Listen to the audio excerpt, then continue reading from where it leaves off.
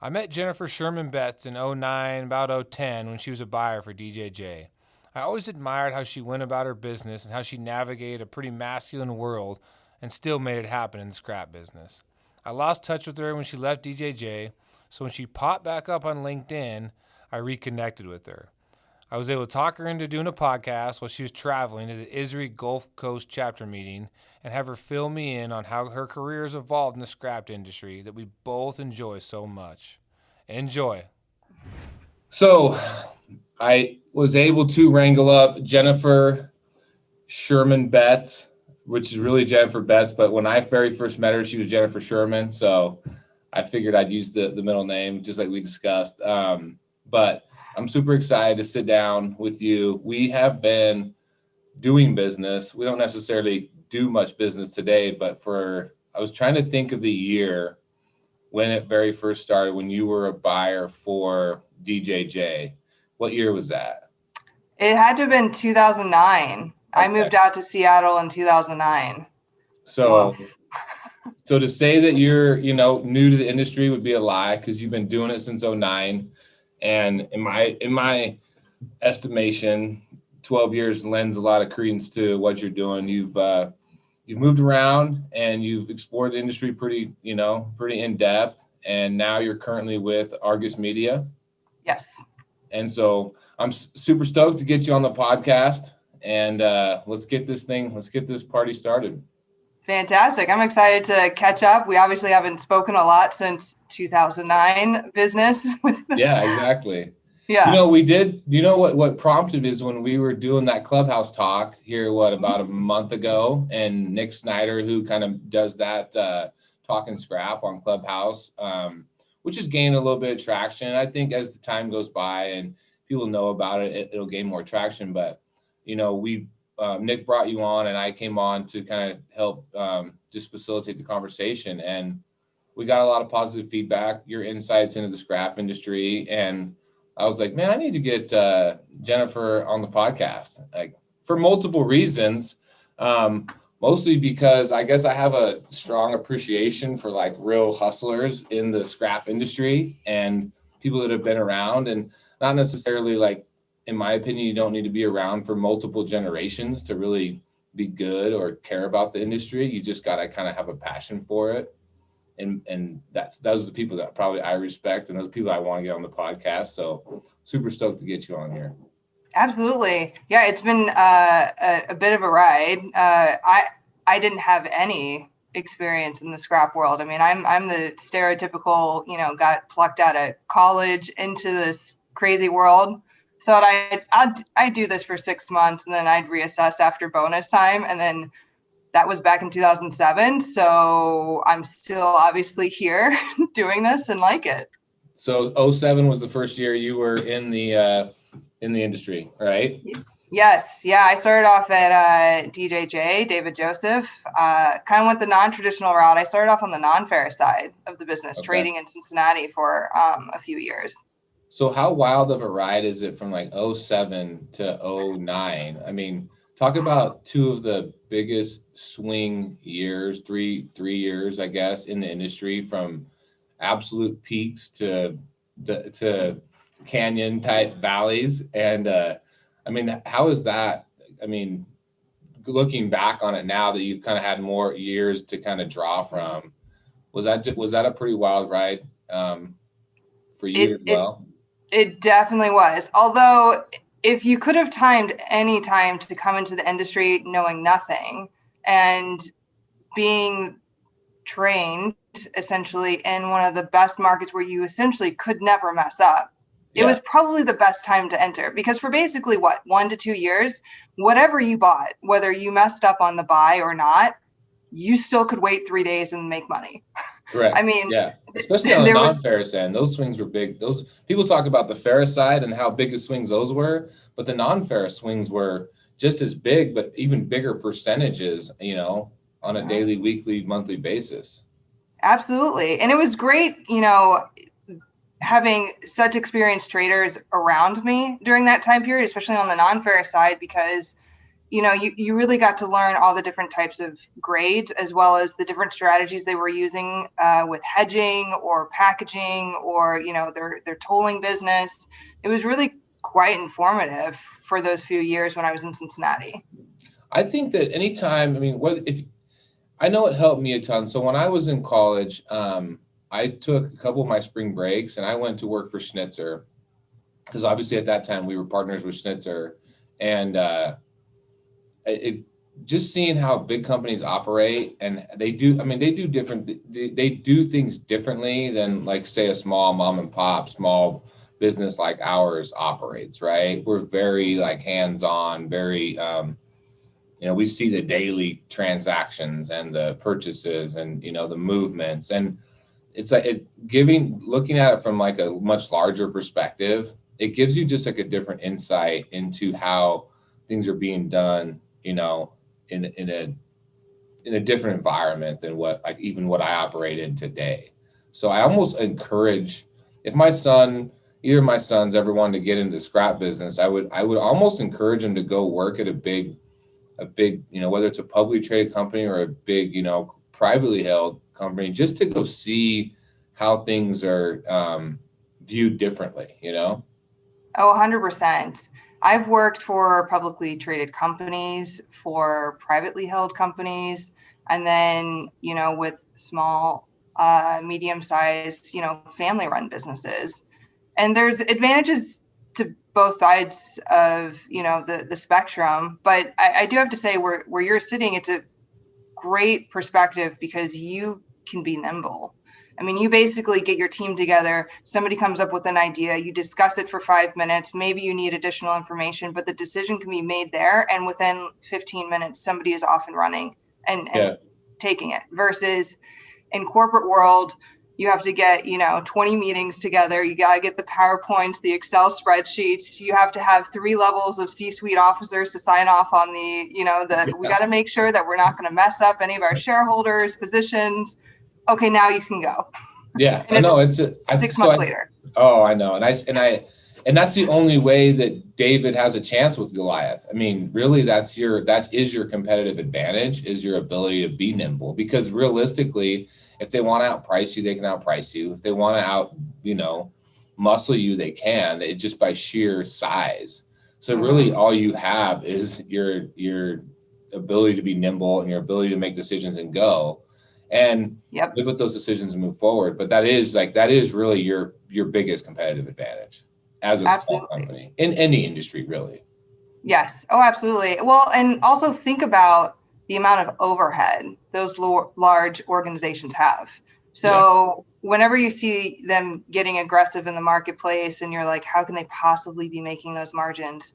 Think about, the amount of accounting staff, the amount of marketing staff that they have, like all these, back office positions. And you really start to question, what are they doing in those situations? Like, what's the end game? Because you're looking, the numbers, and it doesn't add up sometimes. Yeah, and it just makes for it. Just like I think that's kind of one of the things I've appreciated about, like, your kind of progress and process through the industry, is you've kind of seen all the different sides. So just for the listeners that don't really have as strong of a background idea that I do on your path in the scrap industry, do you want to just give us kind of the Cliff Notes or version, or kind of how you got to where you're at and what you're up to today? Absolutely. So I mentioned briefly earlier, I came directly out of college, went to go work for DJ in Cincinnati as a non-ferrous trader for a few years, went to Seattle for 5 years, mainly doing ferrous for the West Coast, Idaho, which is, where I met you. So, just dropped down into Utah for the steel mill down there a few times every month. And then I went to go work for AK Steel. I managed their raw materials purchasing. So in charge of their scrap purchasing, as well as I did some ferroalloys and some base metals like aluminum and zinc for their coating lines. And then I went to work with Becker Iron and Metal, a very well-run, family-run business out of St. Louis, large scrapyard in that region for 4 years. And then most recently, I joined Argus about 6 months ago as their VP of Business Development to help grow and expand their metals business. So what was the draw from, say, traditional scrap buying, whether it's, large companies versus your family, owned companies, to the Argus side? Like what was what got you excited about moving that direction? I was taking a look in terms of the future. Okay, what do I want to do in 5 years, 10 years, 15 years? Do I want to keep trading scrap every single month? Is there something else that I want to take a look at? And Argus reached out to me in terms of, hey, do you know anyone in the industry that might be interested in this opportunity? And I Yeah. read the description, and at first I actually gave them a list of like 5 names. I'm like, these people would be great. They're fantastic. They got the experience. And then the more and more I thought about the opportunity, I'm thinking, well, like I can always trade scrap. Like I can Yeah. always, once you know Well, what yeah. the grade is, who the players are, you can always do it, right? Mm-hmm. But this opportunity seemed a little more interesting to me. Like I could make more of an impact because I had some frustrating experiences with, formula contracts in the past. And, I figured if I don't actually attempt to try and make a difference in that realm, then I can't complain about it. Yeah. So that was kind of the driving factor is this is a new challenge. Haven't done it before. Seems interesting. Let's try it. Let's give it a go.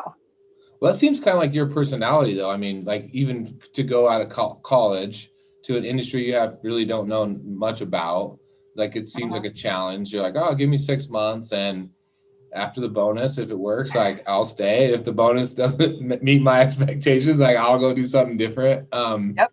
But it's probably just in your personality to take on challenges and do different things. And hopefully, if anybody gets anything out of this, I mean, I think that there's so much to be said for, especially in your younger years, of your life, when you really have nothing to lose, right? Like, go take a chance on an industry or something that maybe is a little slightly out of your comfort zone or isn't the cool Google Apple job, and say, Right. maybe there's something out there that is appealing that I can make a big difference in doing, or just something that looks interesting or fun and I can learn a bunch of different things, and then I can either apply it to another job in the industry or go do something way different. Exactly. I really did not know what I was stepping into. They were DJ was at a career fair at Indiana University. They were honestly probably next to, a Target or Procter and Gamble or some other, huge name brand company. And, I started talking to one of their traders, Amy Zach at the time. And, she just started talking to me about what they do. And, you get a company car and you get an expense report and you get to travel and, meet interesting people. And I'm thinking, well, I don't want to sit in a cubicle all day. Yeah. So this seems way more exciting. And my friends in college severely questioned my decision making because they're like, wait, you went to college and now you're going to go work in scrap yards? Like, what are you doing? My parents definitely questioned. Who did you piss off? Like, what happened? Yeah. My parents were like, wait a second, we sent you to school to do what? Yeah. What do you like? What did we just pay for? Their graduating gift to me. They wanted to. They didn't do it, but they wanted to get me a handgun to keep in the car because they thought I was going to be going to like the most ridiculous places. And I'm like, Mom, Dad, if anything's going down, like it's already gone down. I'm not being able to get back to the glove box by that point. Like, you're just going to have to trust my common sense at this point. Well, it sounds like it worked out. So at least in my opinion, it has. Yes. So my questions, and I've told this story like a few times, but I think what enabled me to grow our business was that in that run. So I graduated from with my undergraduate in 2004. And so from 2004 to about 2008, 2009, like I was able to recruit a bunch of people into our industry, which notoriously like the 2006 to 2008 run was like one of the better runs in scrap. Like kind of circling back to our, how we opened up the conversation with, that market being kind of just like on a rocket ship. So it was a lot. I say like our reason I had success recruiting people into this industry that had no idea about scrap or any of it was because I could show them, hey, there's potential here. Like this, I know it might sound funny or it may sound like, well, why would you want to do that? But there's real money to be made. There's real potential. It's a pretty free flowing, flexible job career. And once you learn it, you can pretty much be employed anywhere in any state, Yes. in any city. And there's only so many careers that I think you can really truly say that about. So I think that was one of the reasons why I had success. It wasn't because I'm some scrap genius. It's just I had the ability to recruit, in kind of a sweet little window of opportunity in our industry. And was able to get a bunch of bright, smart people in here and help me build it. Right. Mm-hmm. So do you think, so this is kind of a two-part question, but do you think that we're in maybe that window again of where if we're going to recruit people maybe outside of this industry, that maybe now is our chance to say, hey, look, there is opportunity in here and look at what can happen if you play your cards right? Or, I mean, what's your 2 cents on that? So right now it's just a really tough job market if you're an employer, because you can pretty much like write your own ticket at this point. Obviously with COVID and going and working remote over the past year and a half, companies had to figure out, okay, if we still want to keep hiring, we're going to have to give up our whole, like, you have to relocate here, you have to come into the office, like, and they figured out how to work remote. So you can start having somebody work for you in Michigan for a California-based company, and they have to pay California or maybe slightly less, wages. And so that's going to be pretty tough to compete against. Honestly, I think in terms of getting more people interested in this industry, we have to use the sustainability angle. We have to use, like, this is good for the planet. This is, recycling aspect. And we might also need to have a little bit of a tech bubble, because a lot of those jobs, like, I feel like the next generation is like that's very appealing to them. Mm-hmm.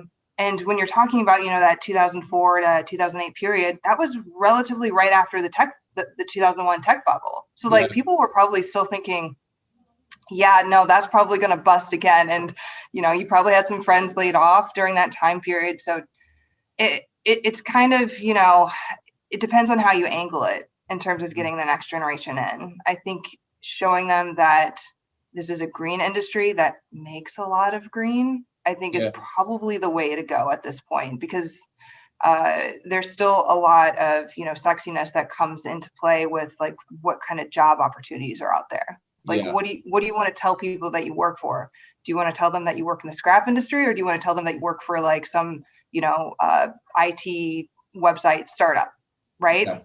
Yeah, I know. And there is a big element of that. And I've had to have that conversation. We have a Micron is in our backyard here in Boise. And I've said, if you want a Micron type job, a cubicle or, a more of a cooler looking business card, with your title on it, I go, this probably isn't the right industry for you. But if you want, flexibility and decision-making ability and the ability to make some money and this and that, like, now we got a chance.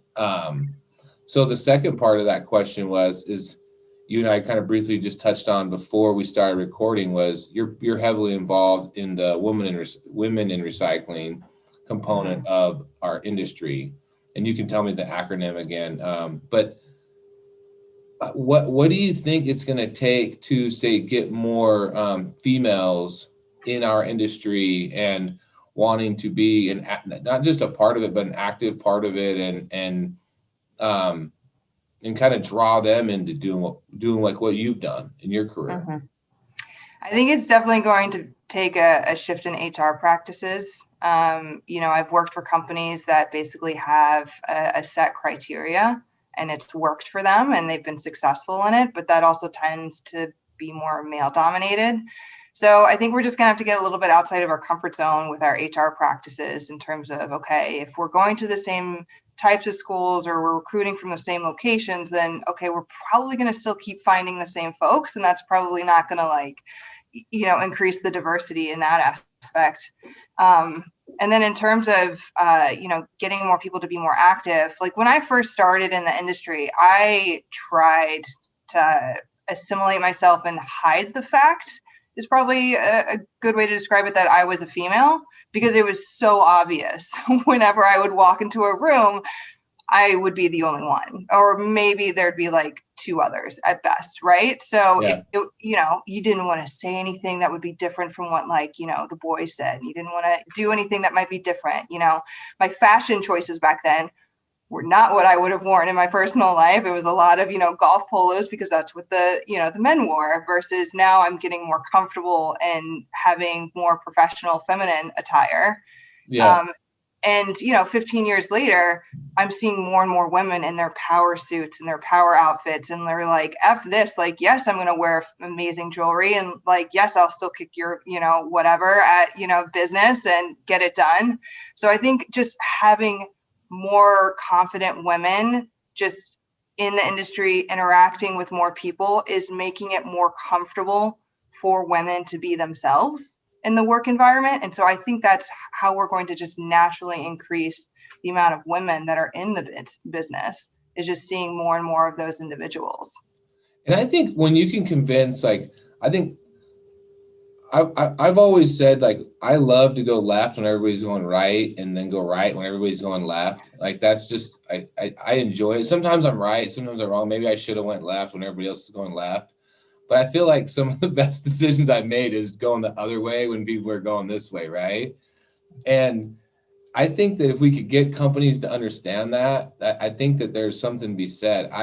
We have a gal that runs, manages a couple of our yards in Eastern Idaho. Her name's Amy. I've had her on this podcast, and we didn't recruit Amy out of college or anything like that. We recruited her. She was working in another recycling facility that no longer exists. But I just saw in her, like, her want, her willingness to go out, and sometimes her shoe choices, I'm like, I kind of question. I'm like, really? Like, you're gonna wear those boots? But I'm like, hey, that's your deal. Like, whatever works for you, like, go get it, Amy.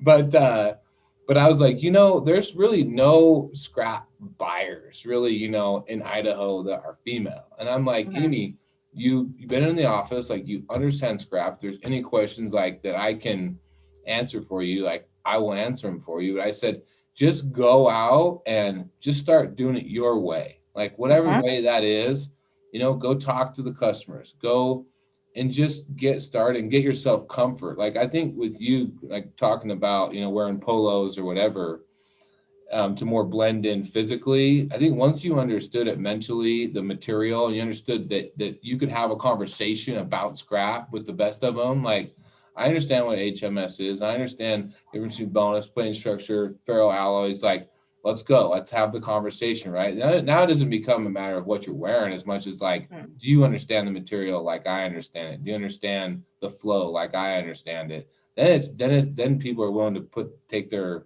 guard down and say, all right, scrap, we can have a little conversation, Yes, and completely that was agree. what I had to have with her. I'm like, once you understand it, they won't really care, because they'll know that you know your price, what it's going to take to get it from A to B and delivered to the mill and whatever else. Like, you'll win just because you have more upstairs knowledge, not what you're wearing.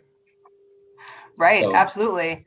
And it just takes experience at that point. I mean, I've run into some female buyers for yards in the Midwest that are just crushing it. And they, the first time that I met one individual that I'm thinking of, I was like, you cannot be from this industry. Like, I'm thinking, like, you had to have come somewhere else. And her background was from another industry. And she basically took what she knew from that industry and was applying it to scrap purchasing. And she was crushing it. Like no holds bar, like, owned it. And she's been very successful in it. yeah. And it's the exact thing that you're talking about. She did not stick with the status quo and try and blend in. She completely owned it.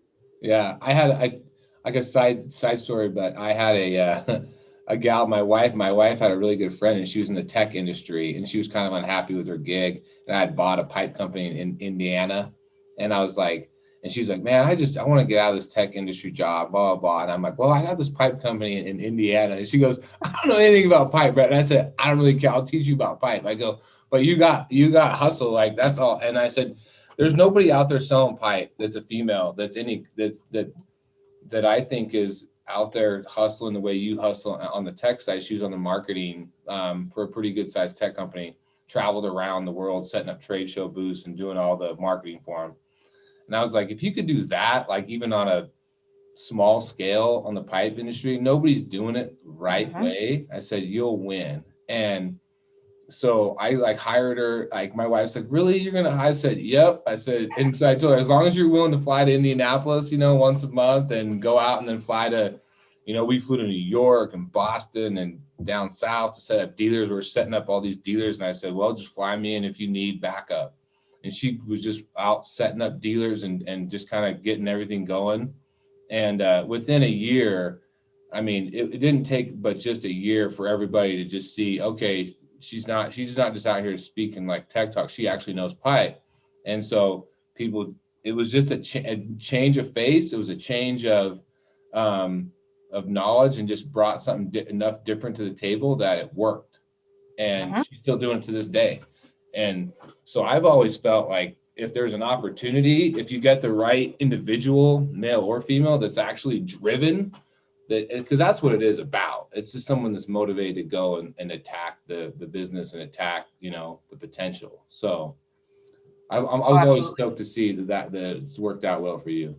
Yes. No, I mean, it hasn't been, like a clear shot. Obviously, when I first joined David Joseph, it's like, okay, you're the junior trader, and then you're the senior trader, and then you become the district manager. And then, or, maybe there's some couple moves in there, and that's how you get promoted to a different office. And, then you get in charge of the steel mill and you go on to be like the VP of trading. You think like, this is just like where I'm going. And then after, a few years, you realize, that's probably not what I actually really want to do.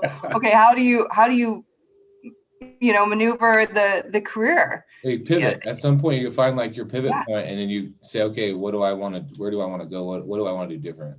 Yes, exactly. And so far in my career, I haven't really had to search for the next opportunity. It's just been very like informal, knowing someone in the industry. Hey, I've got this opportunity, or, hey, I heard so-and-so's hiring. Do you want to talk to them? Or maybe somebody approaches me, and you just kind of, find out as much as you can about the opportunity, see if it works for you and your family. And is it something that's going to pique your interest for a while? And the scrap industry is so relationship driven that those opportunities come up just because if you're able to establish strong relationships and people know they can trust you and you're good for your word, whatever it is, then because it's not a huge industry, pretty much not everybody knows everybody, but a good percentage of people do that, especially on the national brokerage level where you're probably hearing it from all sides. You probably know more than, somebody like me who's kind of tucked over in my little corner of the world.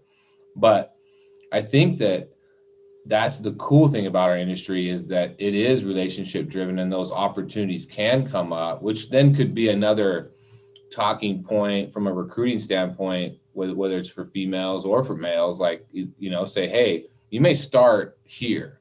We're going to get you in the industry. We're going to teach you. Hopefully we do enough to keep you and you like it and you want to stay here in our business. But if we teach you enough and we show you all the different opportunities that exist, there you can pivot and go whichever way you want.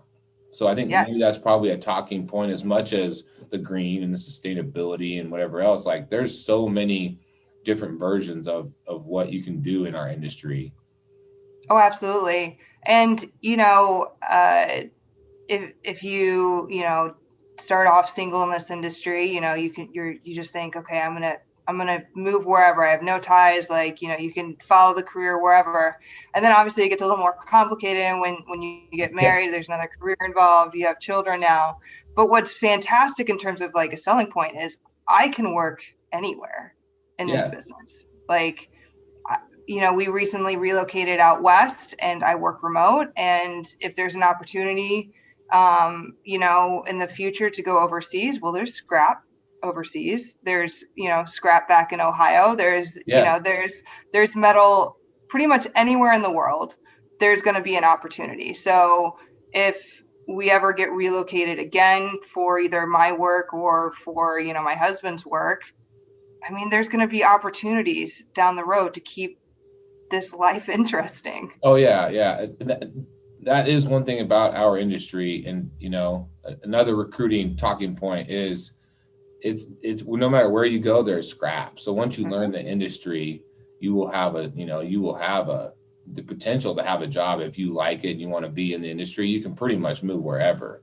People are Yes. always on the lookout for knowledgeable, even in some of the toughest times. Like, the toughest times you may have to scale back what you think you're worth an hour or a year, but there's still opportunity. Like if you mean as long as you know you don't come from as some high executive from XYZ company and still think that some small mom and pop can afford you, but you're willing to kind of say, hey, I'm willing to take a step back financially to show you that I'm worth the money, then there's always a job in the scrap industry for someone. 100%. 100%. And I've done that where I've said, okay, let's start off at this number and I will show you I'm worth more. And 100%. then you just hustle, you work for it. You show them what you're capable of and the money follows. Oh yeah, 100%. And if you're working for the right company and you're making them money, then they'll either take care of you or they won't, or they'll either realize the value or they won't. And then you've at least shown, I've told you exactly what I could do. And and now what does it do? It just opens up more opportunities down the road.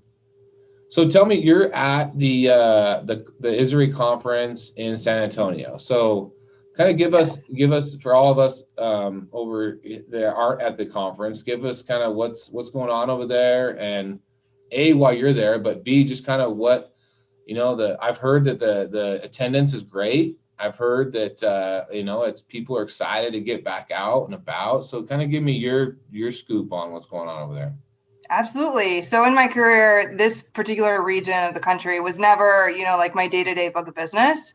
So this is actually my first time at this particular regional conference. I've always heard really great things about what they do. They move the location each year. I think next year it's going to be in New Orleans, so keep that on your radar. Yeah. But it seems like it's set up kind of like a miniature national conference. I mean, there's an exhibit hall here. It's 3-4 days long. There's golfing, you got the cabanas, the lazy river action, the attendance here is, it might be record breaking. So typically in a good year, there's probably 350, 400 folks that register. It's at least 650 people registered, by Monday. And then I think with walk-ins, I think they're over 800 at this point. I mean, it's kind of absurd. It just shows that people are ready to get back out there. We were hugging last night, like shaking hands, like I don't have to look at you in like a box on my computer anymore. Yeah. I can see your really whole fantastic. face. Like I can see, yes. I can actually, I'm not just looking at like just your eyes. Like I can actually see if you actually are smiling or if you're like frowning at me, Exactly. I've had to remember people's heights. I've forgotten how tall people are compared to me. It's actually been quite wonderful to get back out. I've appreciated this Zoom opportunity, honestly, though, because it gives me, some time in the air conditioning because I'm just not acclimated to the humidity here. But overall, it's been wonderful so far. And then on Thursday, tomorrow, there's going to be a whole day of award presentations, speaking opportunities, panelists, et cetera, one of which I'll be doing tomorrow. And then we'll wrap up with some more, networking receptions and parties. I like it. I anticipate, when do they do the consumers night? I think it's in the fall, right? In St. Louis? Middle of February. Oh, it's February. So I anticipate that conference, and I anticipate the national in Vegas next year to be huge. Just for the same reasons as long as the scrap price doesn't go to 100 and people are trying to keep the lights on, I don't anticipate that either. No. But I think as long as the market holds up and as long as things keep moving in a similar trajectory that they are right now, or even if they just flatline for a while, I think that you're going to have a crazy turnout at the national convention. Just people Oh, wanting to connect again and just mhm. say, hey, because what's been 2 years since that national convention as I mean, they did the Yeah. virtual one this year, but where people actually be able to in person shake hands, hug, have a cocktail, like all the stuff that like what makes our industry fun and great and Mhm. just those back to the personal relationships. Oh, absolutely. After this conference is over, I'm looking at the I call it the ISRI circuit, the ISRI golf circuit, where Yeah. you've got all the different regional chapters with their golf outings or various summer outings, and everyone's putting them back on. It's fantastic. The Southeast chapter does a really big um, uh, conference as well, and that's going to be in October in Charleston this year. I imagine that's going to be a fantastic turnout. Yep. I'm already, booking out for the national conference. I expect the Consumers Night in St. Louis to be a huge turnout, well worth the money spent on a couple nights in St. Louis with that kind of turnout. And so Mm-hmm. people are ready. We Yeah. actually were having this discussion with a few folks last night. Okay, what would have happened if we're getting out of the COVID era and scrap prices or steel prices suddenly tanked, $300, $400 or something, right? Mm-hmm. Would we still have had this type of turnout? Yes. I mean, even if like we were starting to hit a little bit harder times in the industry, but this is the first opportunity to see people in person. I mean, we're a relationship type of industry. Yeah. Yes, we're still going to spend the money to get here. Absolutely. Yeah, I agree 100%. I mean, and especially on the national side, I mean, I think where it limits the national side if the market was to tank would be like some of your people coming in from, say, other countries. I mean, depending on the country and depending on their travel restrictions and what that looks like, Mhm. come April of next year. But assuming that things truly keep progressing forward and opening up, I anticipate that to be a record-setting conference as well. Just for those reasons, just people are ready to get out and do. So, from your standpoint, give me kind of give me a little bit of your like what your day to day like what you're trying to achieve there at Argus. Like what is your like modus operandi? What's the goal you're over there at Argus? The end goal for me is to make Argus a more well-known brand in the metals industry. That's like the very macro end goal for me. Okay. Whether or not you're an aerospace manufacturer or you're a scrapyard, like Argus should be in your business portfolio in some aspect. Whether you're using us for the incredible news that we put out on a daily basis, whether you're using us for price assessments and formula contracts with your industrial accounts, or whether you really like our analytical tools. The concept is you should not only be using just one price reporting agency in your business, because you don't just get your news from one source. You don't just get, your personal information from one source. So why are you doing that in your business? Yeah. And I think a lot of people in the metals industry haven't felt like they've had a lot of other alternatives. And so my whole end goal is to provide another alternative, another very serious and reputable alternative so that they can have more than one option out Mhm. there. And whether you use us in formula contracts or not, or use this as just your news data source, or maybe you do an average basket price with our assessments, that's up to you. But at least we have provided another option for the metals industry. So on Argus, does Argus is AMM, Yes. correct? So I so mean, I've had to learn. for people that don't like understand, like how does it, how do they all connect? And sometimes Yes. even me on the back end, I'm like, well, how does it work? So, I'll, Well, and I've had to learn some fun new acronyms that, as a fellow scrappy, I never used before. For instance, PRA.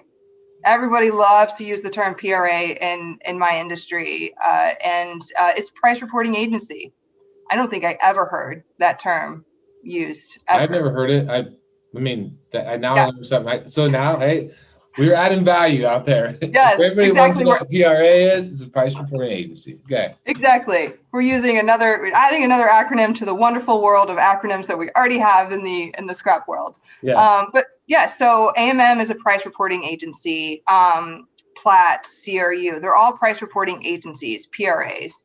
And they all provide similar and sometimes different services. And so it's just really about research and figuring out what the different PRAs provide.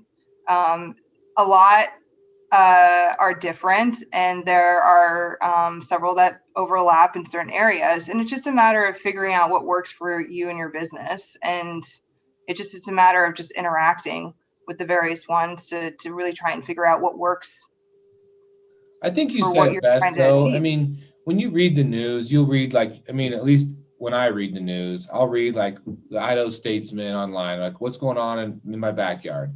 And then I'll Yep. read Fox News, and then I'll read Bloomberg, and then I'll try and just get like kind of a little bit of everybody, people that slant real hard left and people that slant real hard right. Because there's the truth really is probably mostly in the middle. It's not either side. And then I think that is the same when it comes to scrap. I mean, and the information you're getting. I mean, if if people are reporting sales or people are reporting pricing, um, some people could be inflating pricing for their benefit. Some people could be deflating pricing for their benefit. People could be reporting news or information that somehow benefits them or doesn't, or some people could just be telling you the way it is. And I think that that's how you have to approach the information that you're reading about what's going on. I mean, and just use your brain and what you feel is strong for your local market and try and combine all those forces into what you're going to pay, what you're going to sell for. Mhm. And I think that that's where, like what you're saying, a price reporting agency, now that I know what the PRA is, like that's how all those all connect. And there's not one. I had Sean Davis on this podcast, right? Sean Davidson from the Davis Index. And he's very passionate about the scrap industry, which is why I wanted him in on this podcast. People that care about our industry and care about what's going on. And I think even he said, that people are going to report what they want. I mean, there's no documentation, and they're not going to send you their purchase order and like this is exactly what they're going to report, what they either what their opinion is or what they want you to know. And it's your job as a PRA, as an Argus and AMM or Davis to kind of try and weed through some of the bullshit and try and get a accurate representation for all your customers like myself that are trying to Mhm. put together, formula pricing or basket pricing for their customers and be within a few bucks of what we're actually selling the stuff for, because we're trying to keep our customers in line, and so we Mhm. want accurate information, but you better be getting it from a few different people. Absolutely. And I mean, if you're not getting the news from, at least a couple different sources, I mean, you're really doing yourself a disservice. We talk about basket pricing, but if you think about where that term came from, it's the phrase, don't put all your eggs in one basket. Well, that's what our industry is doing and has been doing for decades. And we diversify in every other aspect of our business and our personal lives, except for pricing. Yeah. Like, what? Which is one of the main components of what we're doing every day. Yeah, just something that may or may not make or break your business. But nobody ever stops and thinks about, wait, why am I doing this? It's just because it's been the status quo. It's the same reason, an industrial account that's based out of California is using Chicago busheling prices for their scrap. Yeah. That has nothing to do with what your scrap is actually worth on the West Coast. Yeah. Why are you doing that? Well, And it's just because their predecessor did it and that predecessor did it. And well, we just do it this way. or there's some inherent advantage because the person reporting on their busheling price over on the East Coast or West Coast is underreporting the pricing. So they want to use that price because that what works best for their formula. And that's just a numbers game. That's a shell game, just trying to get, trying to buy the scrap right. But realistically, people are becoming, especially if you're a big manufacturer who's generating a decent amount of scrap, if you're worth your weight in salt as a purchasing manager or whatever, you're going to snuff that out. And the better you can tie your pricing to something that's accurate, I think in the long run, you're going to win. You're going to win your customer, and it's just going to be you're just going to have a better overall, your customer's got a better overall feeling for what you're trying to do and whether you're trying to take care of them or not. So. Oh, absolutely. And I can really only speak for Argus and the team of reporters here, because obviously this is the first PRA I've ever worked for. But the reporters are actually a main reason why I joined Argus, to be honest. They do a really great job of snuffing out the BS, to be honest. They speak to a wide variety of players in the market, not just, scrap yards, but steel mills and service centers and anybody that touches scrap, industrial accounts they're talking to. And they're able to snuff out the BS. And it's they do a really great job of making sure that if you do talk to them, they're not like citing you directly, unless of course you want to be in those stories. And, they're evaluating how many tons you do in a given month to kind of affect, what kind of price that you're being factored into for the overall regional assessment.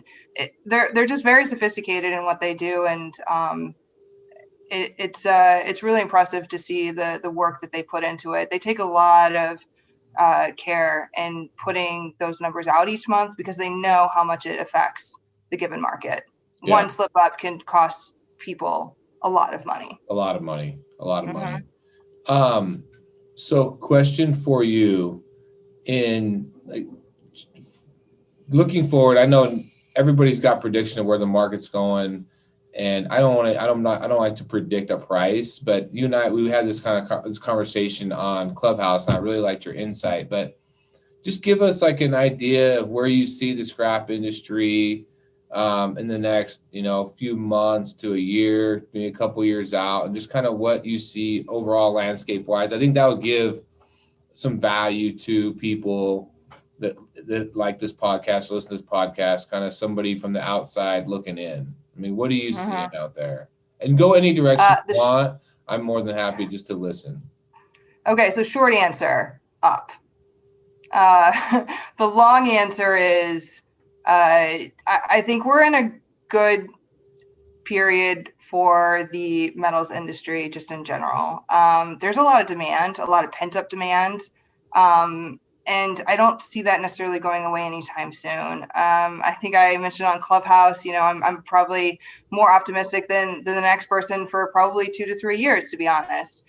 It's a really hot job market. People are getting out of COVID. They want to travel. They want to, spend their money. They want to redo their kitchen. They want to trade up houses. They want a new car. They can't get it, right? And you can't just switch it on overnight, right? So you're going to see this demand outpace supply for a while. And you're seeing it on the steel mill price side. HRC, it's getting close to $1,700 a net ton. And scrap prices really haven't kept up with it. And you're still 7 to 9 weeks out on lead times. That's not going away anytime soon. You're starting to see some of the auto manufacturing, they're bringing back their production, the plants that they brought down because of the semiconductor issues. Again, that's not going to be like resolved overnight. We've had a slight setback in the infrastructure bill, but that's still on the table. Imagine if that got done. All the roads, the rebar, they're talking about some of the digital infrastructure. That's going to be a lot of non-ferrous metals that are going to be needing down the pipeline. Where's that? I don't see that going away anytime soon. So I think generally speaking, I think we're going to be in a good period for scrap metal. The demand is going to be there. And I don't see Section 232 going away anytime soon either.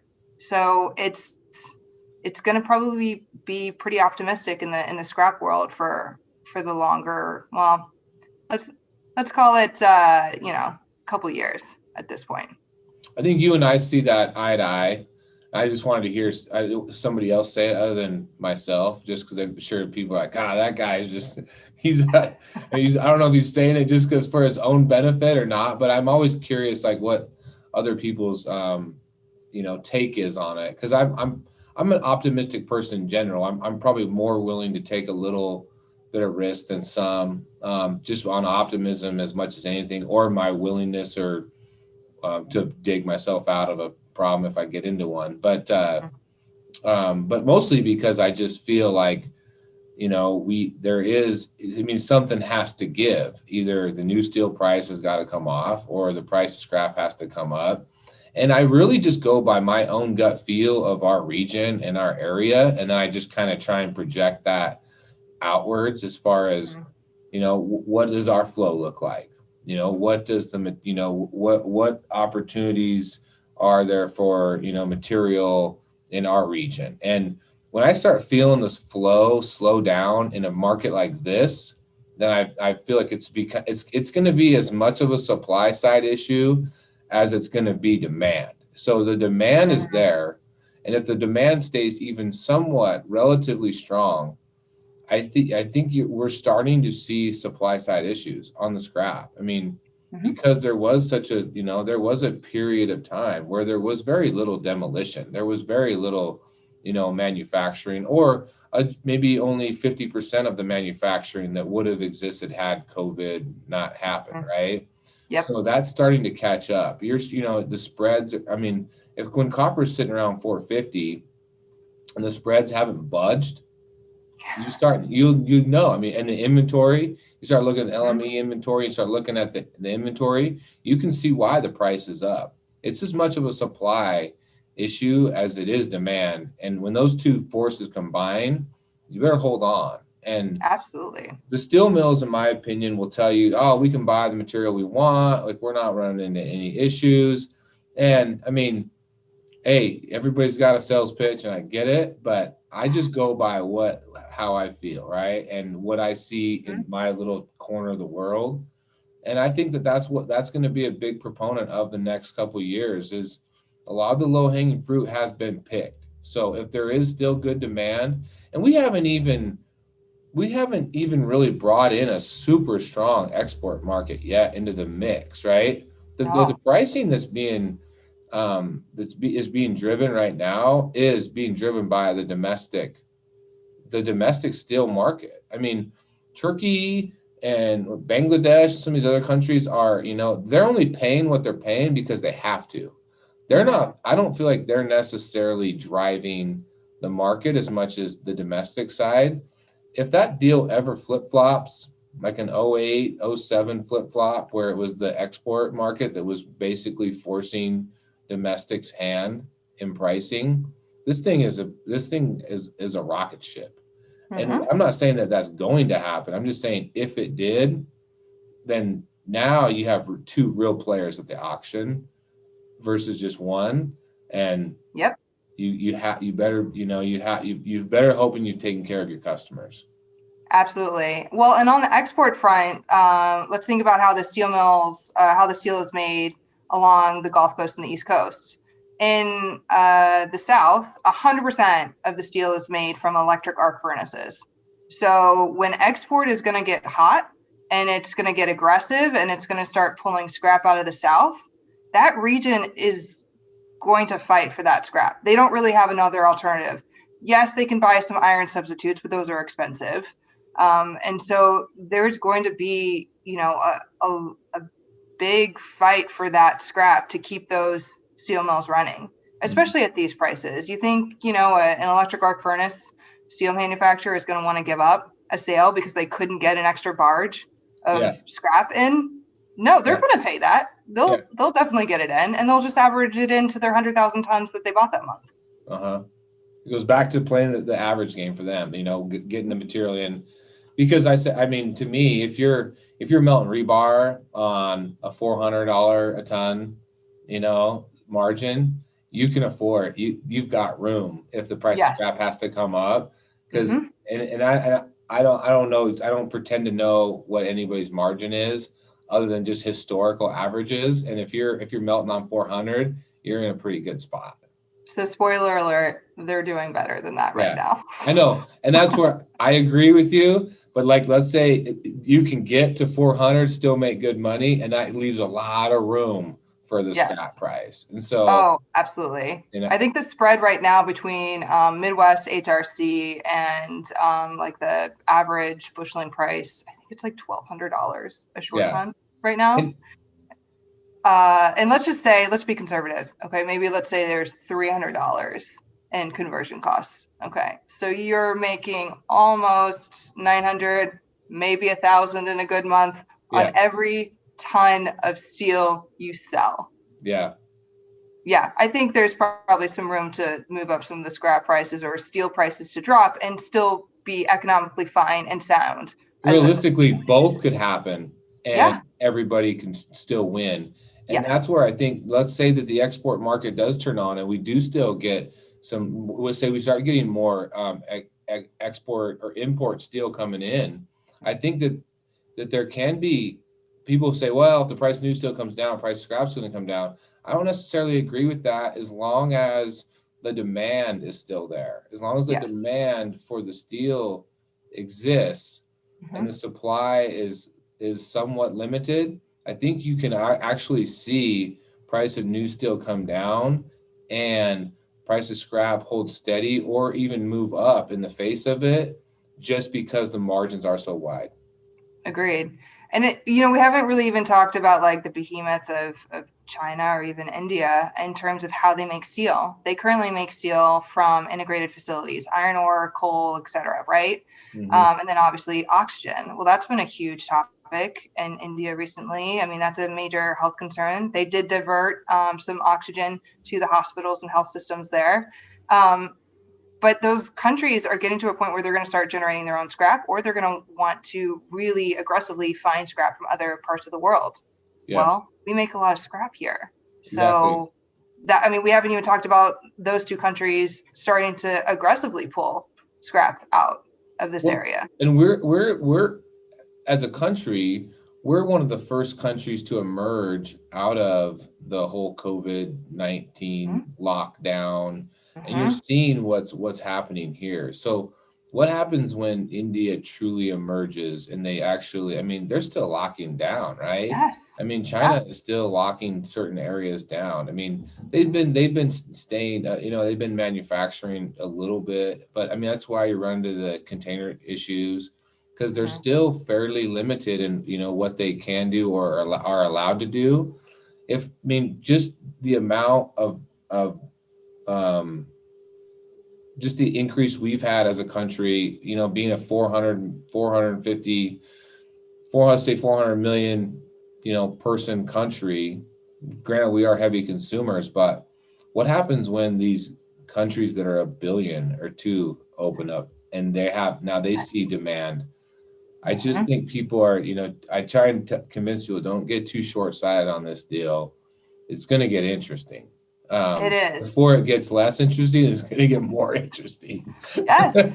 Well, and that's why, I'm thinking 2 to 3 years of, optimism in this front. I'd like to believe that India is going to be able to recover, hopefully sooner rather than later, from COVID and the effects that it's having on their people and their economies.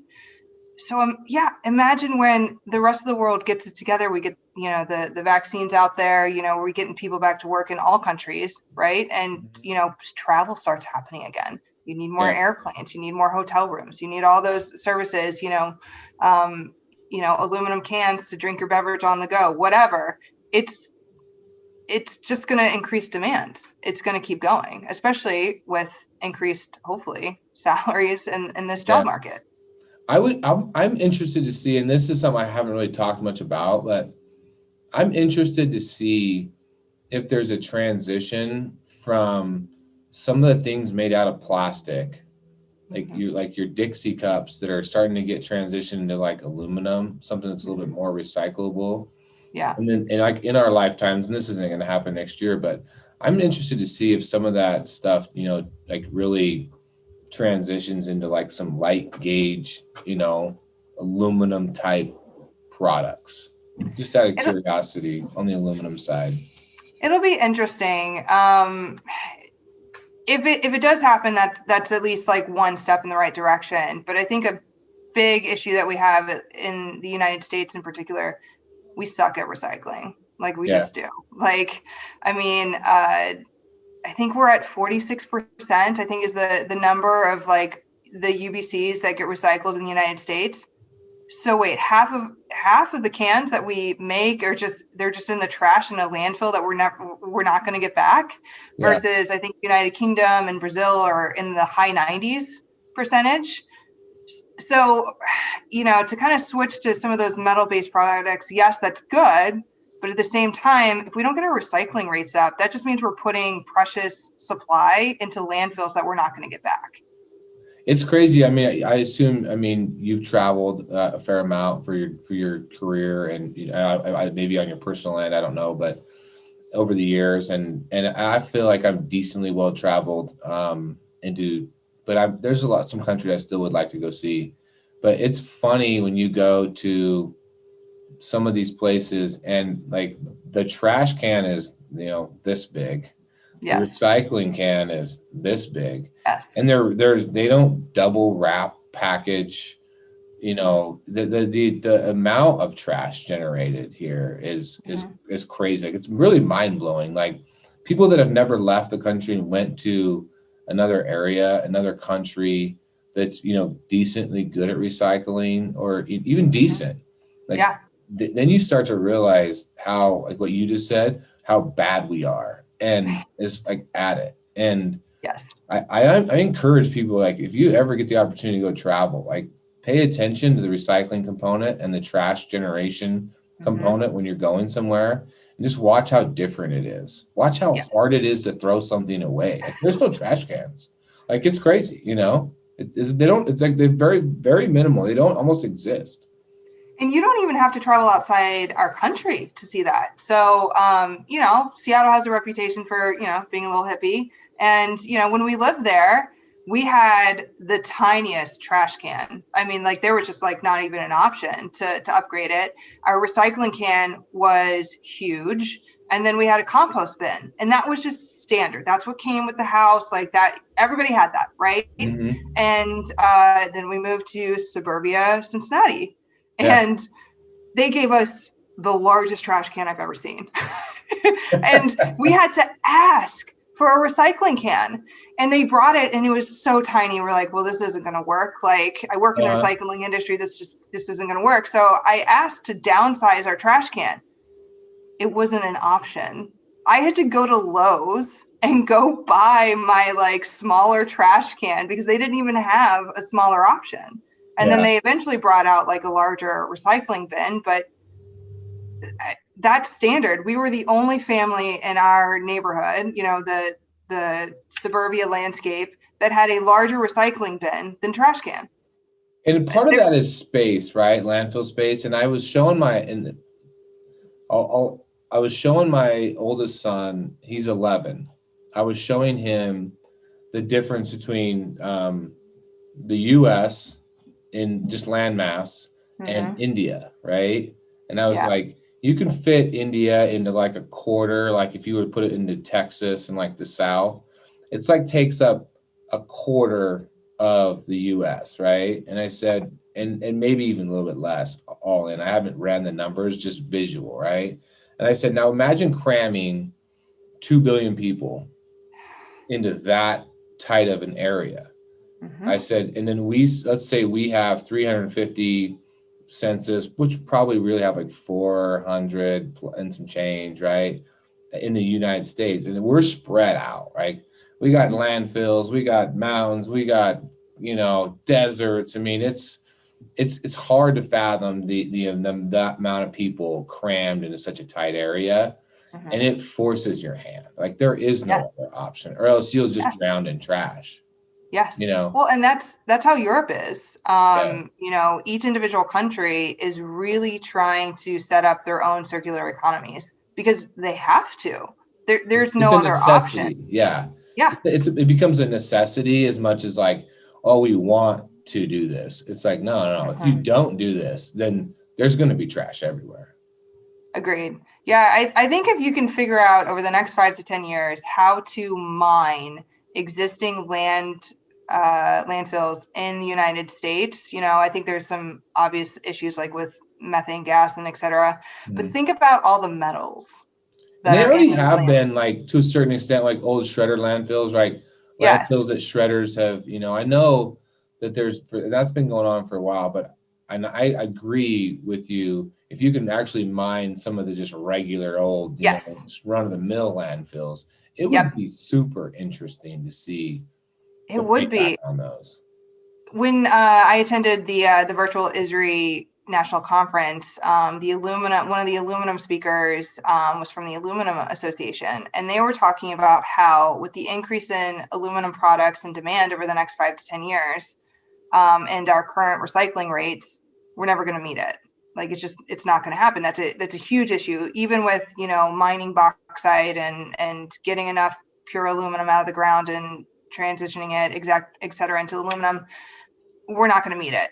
And so there's going to have to be a shift in something. We're either going to have to find the product somewhere else. We're going to have to shift existing products into different metals or plastics or something to meet those demands. And, I just keep thinking about all the metal that's sitting from, decades old landfills, like municipal landfills, that think about all that material. I mean, yes, there are shredder landfills that they're going back through and mining, but they know that it's car seat fluff and, Yeah. ICW and stuff that's in there. It's a known commodity. Imagine if you could find the gold mines that are in the municipal landfills. Yeah, and I mean, and especially in states like Idaho where you don't have like a redemption Yes. states, right? I mean, that's my wife and I, we went up to Oregon. We had a good family friend, their daughter graduated high school, and we went to a graduation party on Saturday. And, I go to Oregon a lot because we have a couple of recycling yards over there. And I we went in there and we bought some drinks for the kids, and then we bought a case of beer for us to go to the party. And my wife's like, "Geez, did you see how much extra they charged us for that beer?" And I was like, "Yeah, you're in like a redemption state. Like they charge you 5 cents a can extra Yes. for the beer." And she's Yeah. like, "Oh man," and she's pretty frugal. I was like, that's how it is. Like, and I said, and I go, I don't think it's necessarily bad because it kind of motivates you. Like, hey, if I want to get my money back, I better, and and I don't know the answer. I'm sure there is like a ton of studies, like the difference of the recycling rates in redemption states versus like Yes. non-redemption states. I bet I would assume, just outside guy looking in, taking a guess, it's probably got to be better. It is better, but what's surprising is that it's not that much better. Well, Because, I mean, not to sound 1% here, but like, okay, so 60 cents yeah. extra, dollar extra on like whatever, you just bought probably isn't really going to motivate you to like spend 10 minutes trying to find like the correct recycling bin, I right? would be, I just like any study, I wonder what that threshold is though. Like, is it 50 cents a can?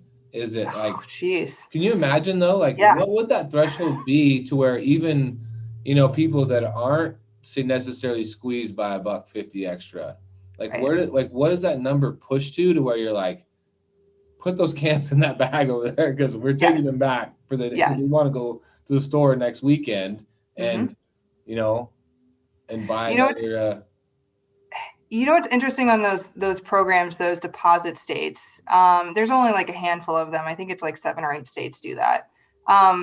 Similar to the lottery system, they're huge money makers for those states Yeah, because they're really not getting much more than 50 or 60% recycling. I mean, I don't even think it's 60%, to be honest, as average.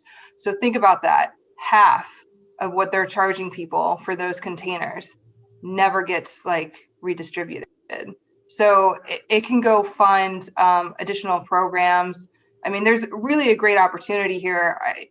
States and federal, that's never going to happen. We're never going to agree on like doing something as a nation on that front. But think about the private businesses that yeah, have an opportunity here to really help the recycling rates in that aspect. I mean, I kind of look at it from a COVID perspective.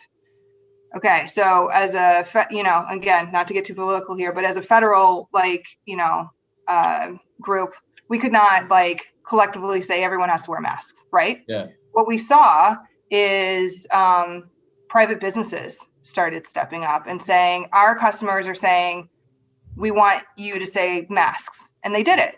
So if we can get the American public to realize that we have a recycling issue in our country, that we're not going to get the products that we want with the metals that we're currently using down the road in 5 or 10 years, I think private businesses would start stepping up and saying, hey, I'll make it super easy for you to return the cans. I'll make it super easy to do this. And, they'll get, kudos from the environmentalists, and, they'll get some good PR, but it's actually going to help us as a country to actually get the metal back that right now is just going into the trash can at this point. Could you imagine like you talk about the money generated for the state, similar to a lottery program. Can you imagine, what could be done if people put the amount of money and effort if they have to making like pot, marijuana legal, if they just put that amount of money and effort into like a beverage recycling program or whatever, like in as far as marketing it and like explaining the benefits and the tax ramifications for the state if they were to implement it. And I'm kind of anti-government. I'm as far as like just don't tell me what to do and I'll do the right thing. But as soon as you start telling me what to do and how to do it, I kind of have a lot of pushback. That's kind of more my stance is, but from a recycling standpoint and just from, being able to generate tax revenue for these schools. I mean, people say, if you make pot legal, if you make marijuana legal, it's going to generate like a windfall amount of money for your state, right? Well, you're just sitting there telling me that, that what a true windfall amount of money really could be made off just implementing a beverage recycling, fee that actually benefits the city, state, municipality, counties, and it actually benefits the recycling rate all at the same time. And it's like, it's like we're stepping over dollars to pick up nickels, a lot of times. Yep, absolutely. Well, and private businesses, think about like all the supermarkets that already have like the balers for the cardboard. They're already in the back. They already have them. Okay, UBCs are not exactly like the most appealing thing to recycle. Sometimes we get some moisture and some smells in there that we don't necessarily like. But the balers are back there. They're already ready to go to start the recycling process. Somebody is already sending a truck to pick up the cardboard, pick up the UBCs. Yeah. It's already there. Done. I agree. So I want to ask you one last question. We'll end on this note, just because I think you'll add some value to what people are to the industry. What, in your opinion, as a female in this industry, or as somebody even taking a step back, just somebody that knew nothing about scrap, coming out of college, what would you tell people? What would be your sales pitch to get either more females in the industry or just more young people that are motivated to go, see what's out there? What would be your sales pitch to get them to take a hard look at our industry and what makes it good? If you want to be involved in an industry that touches every facet of everyone's life everywhere in the world, this is it. I mean, that if you want secure long-term job security, metals are everywhere. They're not going away. They're in the microphone, they're in the computers that we're using. So if you want to talk about, everything's going digital, okay, tell me about that server farm. What do you think it's made of? Where do you think it's housed? Is it made out of a, plastic box? Sure. But what's inside of it?